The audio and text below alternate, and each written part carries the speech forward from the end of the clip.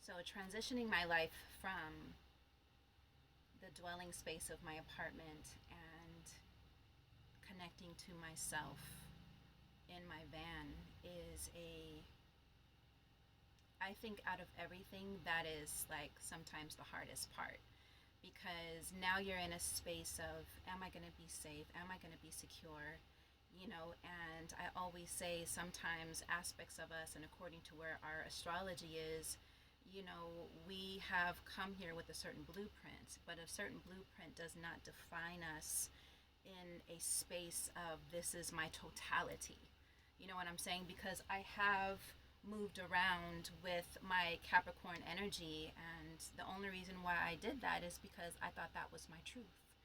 But I'm realizing that the more that I actually detach myself from that astrological blueprint and just live each day in my own being, in my own intuition, in my own self guidance, and my own internal GPS system, I begin to realize that I am greater and I am beyond that. And so oftentimes I say sometimes we have to be careful with just thinking that astrology is the end all be all. It's really just a tool, and always remembering that even though you have that information for yourself, sometimes going beyond that information and to just be with yourself, inwardly, kind of makes all that shit obsolete. And it also puts you in a space of really trusting more in, the universe and your connection and co-creating with the universe and your desires. And I think that's a beautiful thing. So yeah, the transition from 44 years of paying rent or living in a house, from that going into van life is very, it's a process. And sometimes they say you just have to fucking jump.